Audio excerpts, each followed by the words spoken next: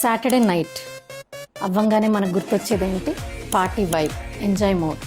So పార్టీకి వెళ్ళి వచ్చాక ఇంటికి వచ్చేటప్పుడు ఎలా నడుస్తున్నామో తెలియదు, ఎలా పడుకుంటున్నామో తెలియదు. సో చైర్లో కూర్చొని చేతులు ఇలా కిందకి వేలాడేసి కొంతమంది పడుకుంటుంటారు. తెల్లవారి లేవంగానే వాళ్ళకు ఒక షాక్. ఏ చెయ్యి అయితే కిందకి వేలాడేసి పడుకున్నారో ఆ చెయ్యి రిస్ట్ జాయింట్ పైకి లేవలేకపోవడం. సో దీన్నే wrist drop, Saturday night palsy or radial nerve palsy అంటారు. సో ఇది ఎందుకు వస్తుంది? ఆ వేలాడేసి పడుకోవడం వల్ల ఆ హ్యాండ్ దగ్గర ఒక నర్వ్ ఉంటుంది, రేడియల్ నర్వ్.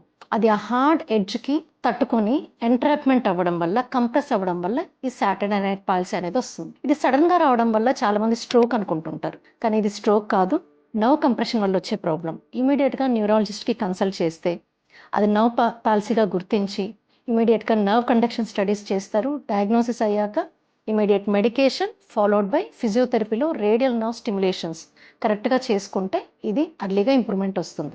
సో ఇది ఎప్పుడు ఓవర్ నైట్ పార్టీ తర్వాతనే వస్తుందా?